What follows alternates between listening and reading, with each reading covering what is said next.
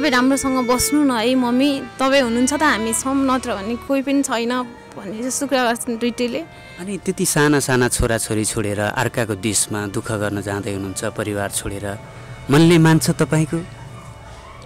मनले त मान्दैन सर। तिम्रै परोस सिन्दुरको धारको सोच्न पनि सक्दिन मारको फुल रसैको। दैलेखकी दिपासा बस्नेत साना साना छोराछोरी छोडेर केही महिना अगाडि काठमाडौँ आएकी रहेछन्, त्यो पनि परदेश जानको लागि। रहरहरू चाहनाहरू त एकदमै धेरै थिए सर है।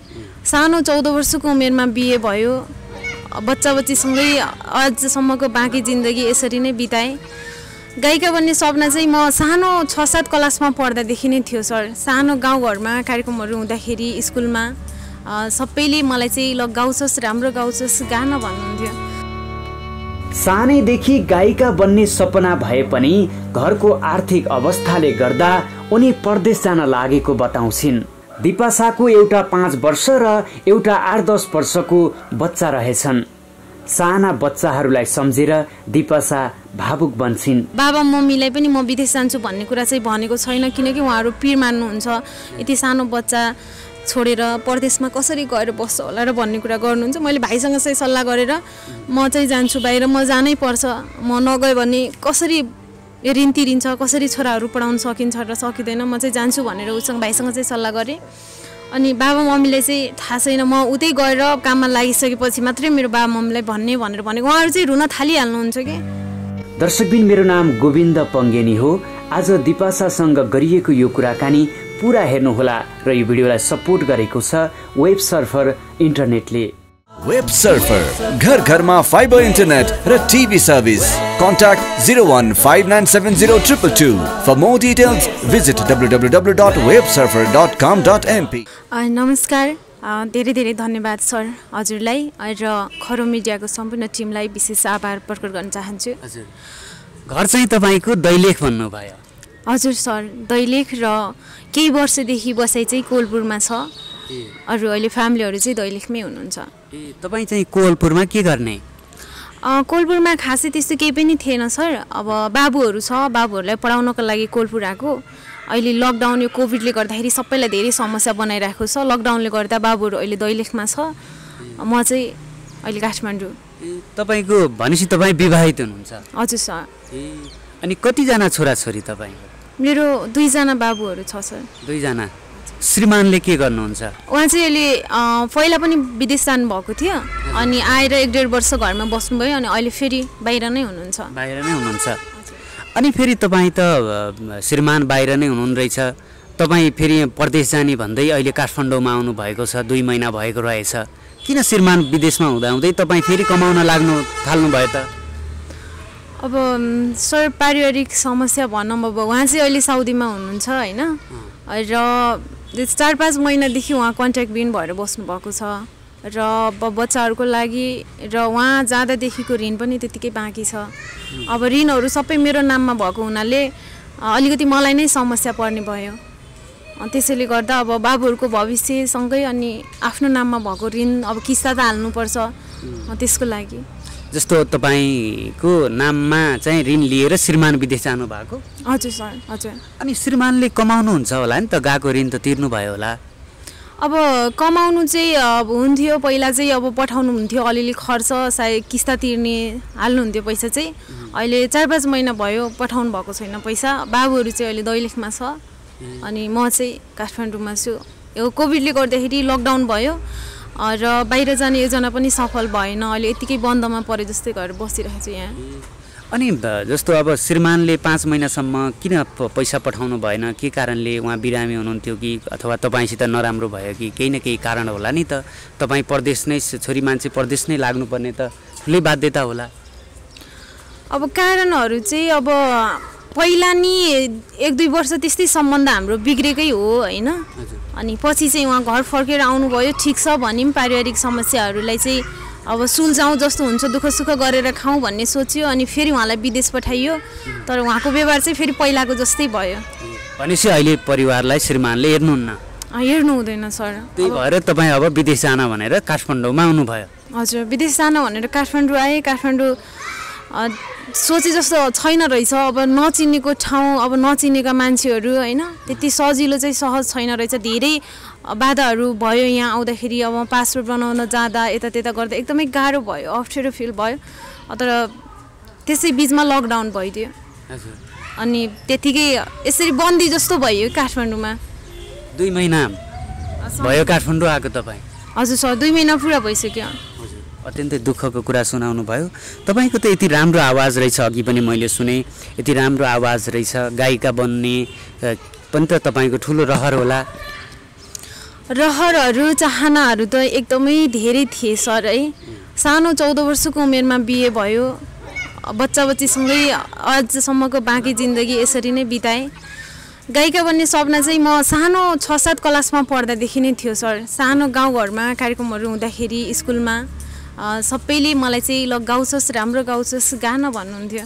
तर सोचे जस्तो जिन्दगी नहुँदो रहेछ सर होइन। जिम्मेवारीसँगै बाध्यताहरूले यसरी जिन्दगी घेर्यो कि आफ्ना सपना र चाहनाहरूलाई चाहिँ सोच्नै नसक्ने भयो कि मैले सबै सपना र चाहनाहरू एउटा मार्नुपर्ने स्थिति आयो अहिले चाहिँ। ल यति बेला तपाईँको आवाजमा पनि एउटा राम्रो गीत सुनाउ न त। त्यसो भए ल सबै दर्शकहरूलाई तपाईँको यो राम्रो प्रतिभा चाहिँ सबैले सुन्ने गरी राम्रो तरिकाले गाउनु है त। हुन्छ सर। अब म चाहिँ गाउँघरमा हुर्केको मान्छे है। अब गीत सङ्गीतप्रति रुचि त छ, चासो त छ, तर यसमा पनि धेरै कुराहरू सिक्नुपर्ने रहेछ। मैले चाहिँ सुनेकै आधारमा म कोसिस गर्छु होइन। अब राम्रो नराम्रो तपाईँहरू हुनुहुन्छ, त्यसमा भर पर्ने कुरा भयो। म एउटा माया दिएकै हो भन्ने गीत चाहिँ म कोसिस गर्छु। ल अच्छा ल।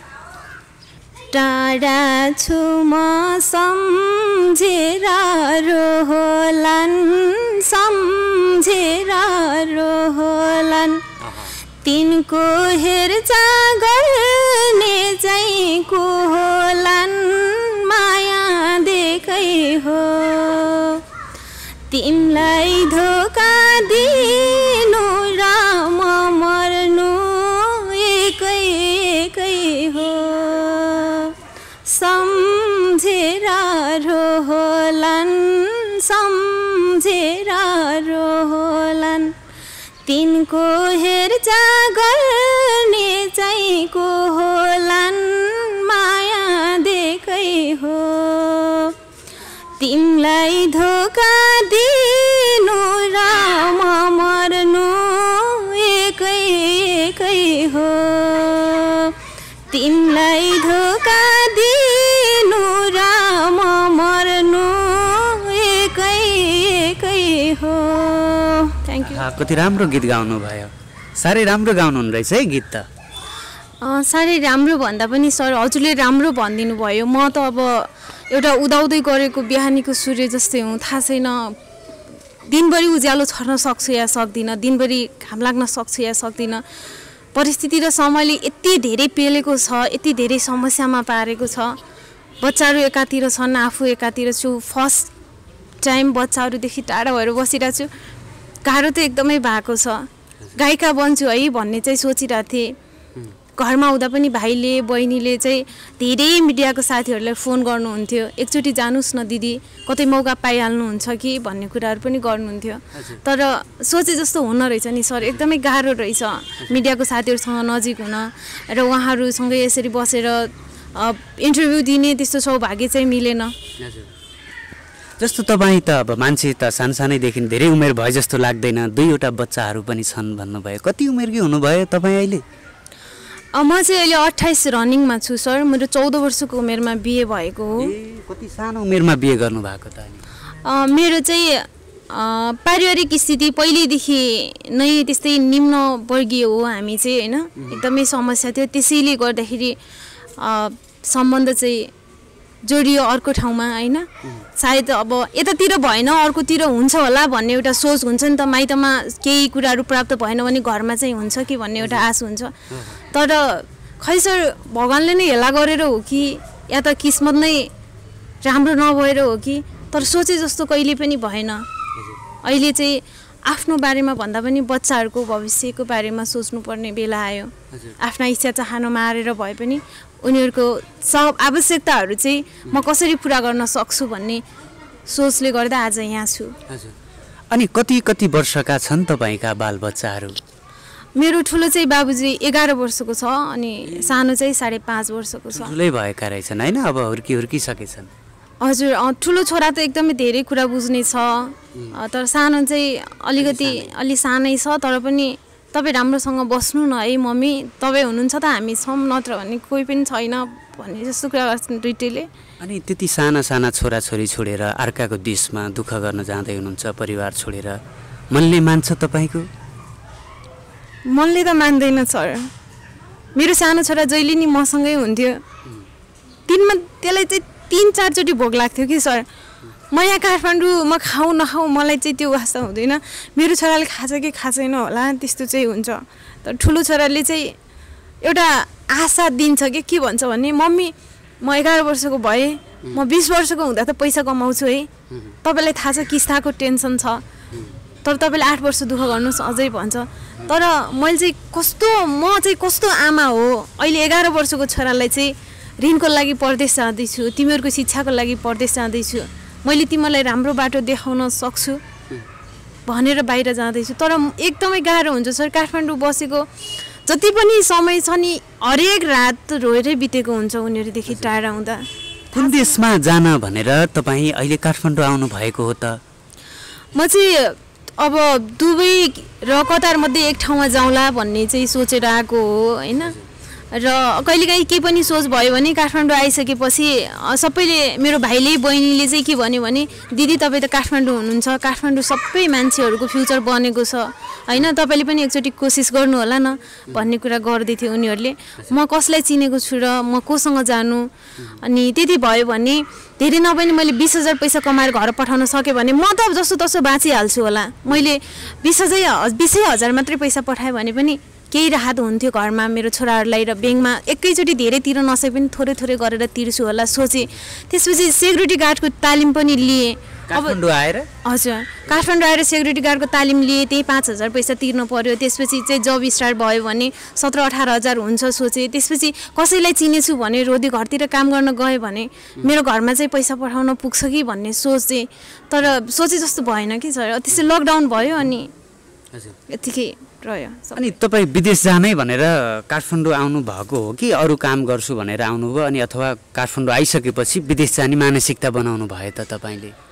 सर मैले त घरदेखि नै विदेश जान्छु भनेको सोचेको होइन, तर एउटा घर परिवारले चाहिँ के भन्नुभयो बाहिर भने जस्तो हुँदैन, छोरी मान्छे होस् भोलि त त्यहाँ मरिस् भने हामीले के गर्ने भनेर बाबामम रुन थाल्नुभयो। त्यसपछि घरमा सल्लाह गर्दाखेरि बहिनीले र भाइले मलाई हरेक कुरामा सपोर्ट गर्नुहुन्छ होइन।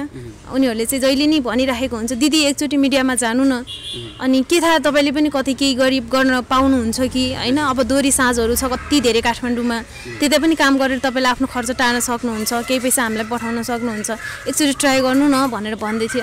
अनि म यत्रो अब 75-80 दिन भइसक्यो त्यतिकै बसिरहेको थिएँ कि केही पनि उपाय नभए जस्तो गरेर। अब यहाँ बस्न र खान पनि त गाह्रै छ नि सर, अब छैन आम्दानी छैन, कसरी खानु कसरी बस्नु काठमाडौँको ठाउँमा एकदमै कठिनै हुँदो रहेछ।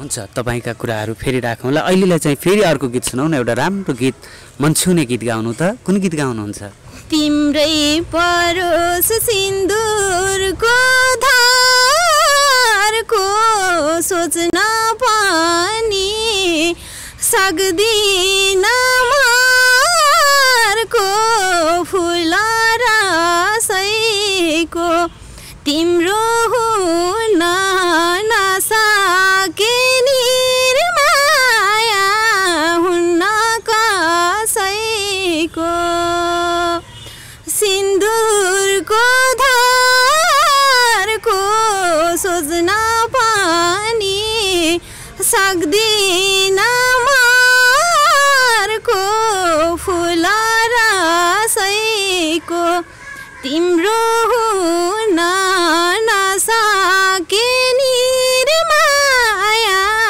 हुन्न कसैको तिम्रो हुन नसके निर्माया हुन्न कसैको। तिम्रो हुन नसके निर्माया हुन्न कसैको, कति राम्रो गाउनु भयो गीत त। तपाईँ सानैदेखि गाउनुहुन्थ्यो गीत पहिलादेखि नै? पहिलादेखि नै। अब त्यो रानी घाटैमा पहिला हामी चाहिँ गोठालो जाँदाखेरि कि अनि तिनी गीतहरू भयो, अनि त्यसपछि मिरमिरेको घाम, हाम्रो दिदीहरूले चाहिँ यिनी गीतहरू अनि धेरै गाउने त्यो रानी घाटैमा भन्ने तिनी गीतहरू। त्यो जङ्गलतिर जाँदा अब स्कुलमा कहिलेकाहीँ प्रोग्रामहरू हुँदा सरहरूले गीत लेखेर दिनुहुन्थ्यो अनि चाहिँ गाउन है भन्नुहुन्थ्यो। तर एकदमै सायद जिन्दगी त्यतिखेरकै राम्रो थियो कि सर। घाँसपात थियो, वन जङ्गल थियो, केही पनि तनाव थिएन। बाबा मम्मीसँग करायो, झगडा गर्यो, बिहे अगाडि हजुर। अनि त्यही नै रमाइलो थियो त्यतिखेर। जब म चाहिँ 6-7 वर्षको हुँदादेखि नै अलिअलि गुनगुनाउँथेँ।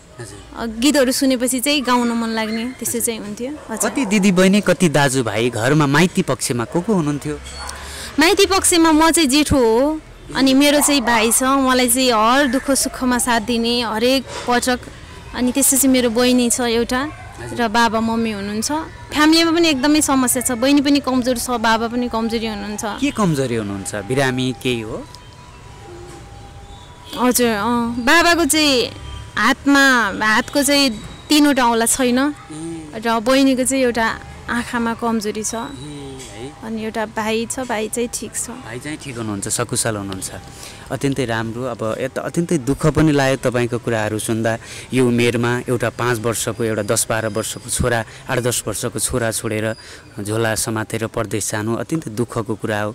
नेपालमा बाटाहरू केही भेटाउनु भएन, यहीँ गर्छु यहीँ केही गर्छु भन्ने त्यो माहौल केही पाउनु भएन तपाईँले?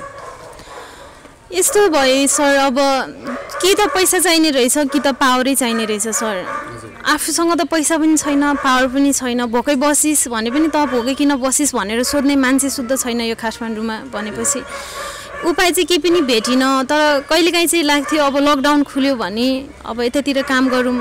तर जब ब्याङ्कबाट फोन आउँछ अनि मन चाहिँ एकदमै विरक्त हुन्छ। म पैसा कसरी कमाऊँ, के गरी होला मैले पैसा कमाउने? अब छोराहरूको एडमिसन बाँकी नै छ, पैसा छैन, के गरी कसरी पठाउने कोलपुर भन्ने कुराहरू गर्छन् घरतिर पनि। भाइ पहिला परदेशमा थियो, हरेक कुराहरू सपोर्ट गर्थ्यो। अहिले लकडाउनले गर्दाखेरि यता आएको जान पाएको छैन। अब बाटोहरू चाहिँ हुन्छ 2-4 हजारमा चाहिँ बसेर खानलाई चाहिँ समस्या छैन, आफ्नो लागि चाहिँ गरिन्छ, बाँचिने रहेछ। तर जुन समस्याहरू घरमा परेको छ नि त्यतिले चाहिँ नपुग्दो रहेछ सर, पुगेन। अहिले तपाईँ विदेश जान भनेर काठमाडौँ आउनुभयो। त्यो विदेश जान भनेर तपाईँ घर परिवारमा सल्लाह गरेर सासू ससुरा अर्को कसैसित सल्लाह गर्नुभयो कि कसरी आउनुभयो तपाईँ चाहिँ? मेरो सासू ससुरा अरू घर परिवारसँग खासै त्यस्तो धेरै कुराकानी चाहिँ हुँदैन। कहिले कसो अब सन्चो बिसन्चो यतायति मात्रै कुराहरू हुन्छ। र मैले सल्लाह गर्ने भनेको मेरो भाइसँग हो। र बाबा मम्मीलाई पनि म विदेश जान्छु भन्ने कुरा चाहिँ भनेको छैन, किनकि उहाँहरू पिर मान्नुहुन्छ। यति सानो बच्चा छोडेर परदेशमा कसरी गएर बस्छ होला र भन्ने कुरा गर्नुहुन्छ। मैले भाइसँग चाहिँ सल्लाह गरेर म चाहिँ जान्छु बाहिर, म जानै पर्छ, म नगएँ भने कसरी ऋण तिरिन्छ, कसरी छोराहरू पढाउन सकिन्छ र सकिँदैन, म चाहिँ जान्छु भनेर उसँग भाइसँग चाहिँ सल्लाह गरेँ। अनि बाबा मम्मीले चाहिँ थाहा छैन, म उतै गएर काममा लागिसकेपछि मात्रै मेरो बाबा मम्मीलाई भन्ने भनेर भनेको। उहाँहरू चाहिँ रुन थालिहाल्नुहुन्छ कि यो कुरा सुन्दा। तपाईँको जीवनमा मैले पाएँ यही नै गर्थेँ अथवा यही नै बन्थेँ भन्ने क्षेत्र चाहिँ कुन थियो, कुन छ अहिले पनि तपाईँभित्र चाहिँ? मलाई त सर मेरो सपना भनेको गायिका नै बन्ने हो। म चाहिँ एउटा राम्रो गायिका बन्यो भने सायद मैले आफूलाई एउटा स्थान दिन सक्थेँ कि, त्यो चाहिँ मेरो सोच थियो पहिलादेखि। तर अब चाहिँ पाएँ, कुनै अवसर पाएँ भने होइन, मेरो बच्चाहरूको भविष्यसँगै मैले मेरो सपनाहरू पनि पुरा गर्ने भनेको साङ्गीतिक फिल्ड नै हो। पहिल्यैदेखि सानैदेखि रेडियो कार्यक्रमदेखि लिएर हरेक ठाउँमा चाहिँ मलाई एकदमै धेरै चासो हुने, गीत सङ्गीतप्रति धेरै चासो हुने क्षेत्र भनेको साङ्गीतिक यात्रा हो सर। अहिले पनि कुनै अवसर पाए, गीत रेकर्ड गर्ने अवसर पाए, तपाईँ एकदमै भाग्यमानी जस्तो ठान्नुहुन्थ्यो आफूलाई चाहिँ?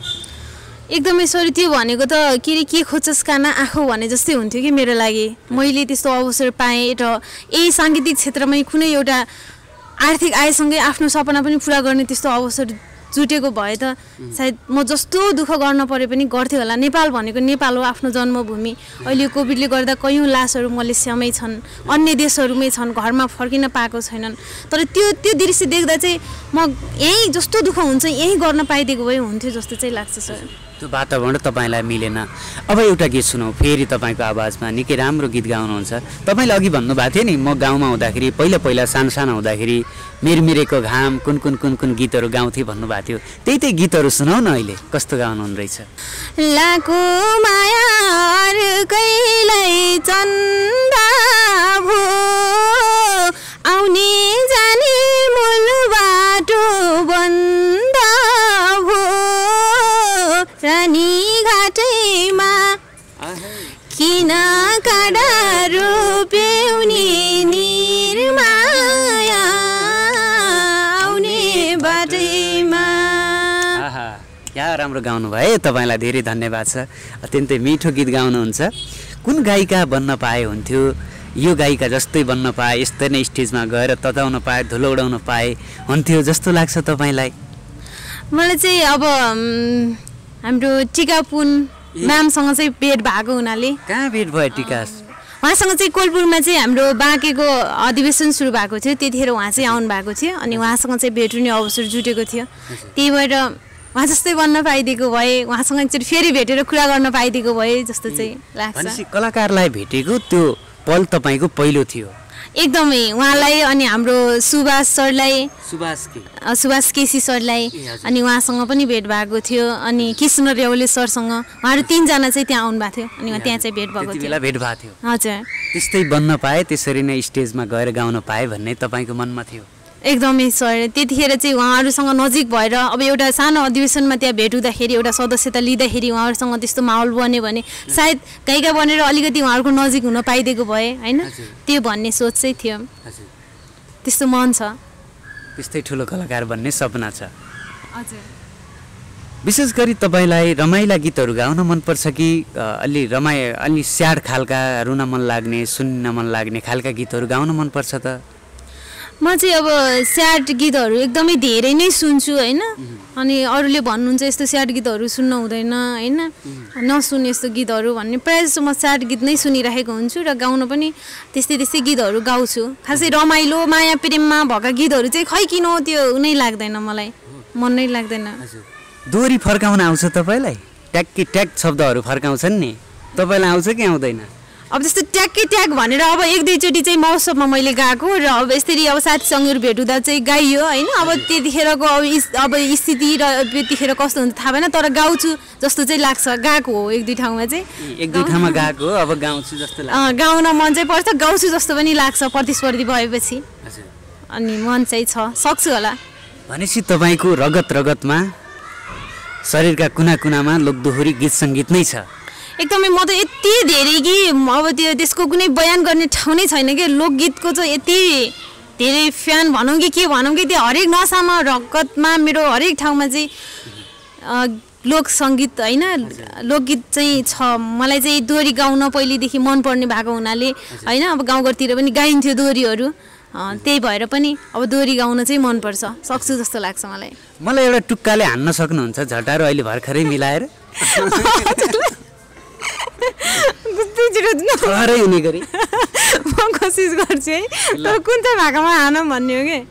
हे गायिका बन्न भनेर आएको, दुःख पनि छु कति पाएको, चल्यो बतास भनेर आएको, दुःख पनि छु कति पाएको, चल्यो बतास डाँडे पिपलुमा चल्यो बतास, मनै चोरी जाने माया कता छ। हे हुन्छ एक दिन जित, मै बनामला गायिका चर्चित, चल्यो बतास एक दिन जित, मै बनामला गायिका चर्चित, चल्यो बतास डाँडै पिपलुमा चल्यो बतास, मनै चोरी जाने माया कता छ, ए मनै चोरी जाने माया कता छ। हे गाउन पाए जीवनकै आसुन्थ्यो, मरे पनि स्वर्गमा बासुन्थ्यो, चल्यो बतास जीवनकै आसुन्थ्यो मरे पनि स्वर्गमै बासुन्थ्यो चल्यो बतास डाँडै पिपलुमा चल्यो बतास मनै चोरी जाने माया कता छ ओ मनै चोरी जाने माया कता छ। वाह वाह वाह दामी कडै फर्काउनु भयो। अब यहाँभन्दा म फर्काइन, फेरि योभन्दा बढी गर्ने भने फेरि खरो मिडियामा आगो पर्छ होइन सर। ठिक छ ल, तपाईँसँग भेट भएर धेरै खुसी पनि लाग्यो र तपाईँका कुराहरू सुन्दा धेरै दुःख पनि लाग्यो। म फेरि पनि तपाईँसँग अन्य एपिसोडहरू तयार पार्नेछु। दर्शकहरूले यदि उहाँको आवाजमा फेरि पनि गीत सुन्न पर्यो, फेरि पनि ल्याउनु पर्यो भन्नुभयो र कमेन्ट गर्नुभयो भने धेरैजनाले म तपाईँसँग फेरि पनि कुराकानी गर्नेछु। र अहिलेलाई चाहिँ अन्तिममा के भन्नुहुन्छ दर्शकहरूलाई? अन्तिममा छौँ होइन, र विशेष धन्यवाद हजुरलाई र खरो मिडियालाई र अझै पनि धेरै अनि सम्मान अनि आभार प्रकट गर्न चाहन्छु। म चाहिँ उहाँको पहिलेदेखि फ्यान हो होइन, उहाँसँग भेट्ने मन चाहना एकदमै धेरै थियो तर समय जुरेको थिएन। एउटा टिकटक भन्ने एपले गर्दाखेरि उहाँको टिकटक लाइभमा म जोडिन पुगेँ र उहाँसँग कुराकानी गर्दै जाँदाखेरि सर मलाई चाहिँ यस्तो चाहना छ है, म के गरौँ भनेर उहाँलाई मैले मेरो समस्याहरू सेयर गर्दाखेरि म एकचोटि तपाईँलाई सक्ने सहयोग गर्छु भन्नुभयो। उहाँ कोही पनि नभएर मेरो आदरणीय व्यक्तित्व हुनुहुन्छ, मैले आदरणीय मान्छु, गुरु नै मान्छु उहाँलाई। सीताराम परियार सर हुनुहुन्छ, उहाँप्रति धेरै सम्मान अनि नमन व्यक्त गर्न चाहन्छु। उहाँकै माध्यमबाट आज म गोविन्द सरसँग र खरो मिडियासँग यसरी जोडिएको छु र आशा छ म नेपालमा बस्न चाहन्छु, म मेरो बच्चाहरूसँग बस्न चाहन्छु। थाहा छैन म बाहिर गएँ भने कसरी फर्किन्छु, जिउँदो फर्किन्छु या मरेर, त्यो त थाहा छैन। आशा छ तपाईँहरूले मलाई सपोर्ट गर्नुहुनेछ र हाम्रो गोविन्द सर, हाम्रो सीताराम परियार सर उहाँहरूप्रति जिन्दगीभरि आभारी रहनेछु र सधैँ सम्मान व्यक्त गर्न चाहन्छु उहाँहरूलाई। असम्भव भन्ने कुरा केही पनि छैन जीवनमा, धेरै कुराहरू सम्भव छन्। के कुराहरू त सम्भव भएका छन्। तपाईँको एउटा सपना त्यो चाहिँ कसो पुरा नहोला। तपाईँलाई पनि धेरै धेरै धन्यवाद छ है त। Thank you so much sir, हजुरलाई धेरै धेरै धन्यवाद।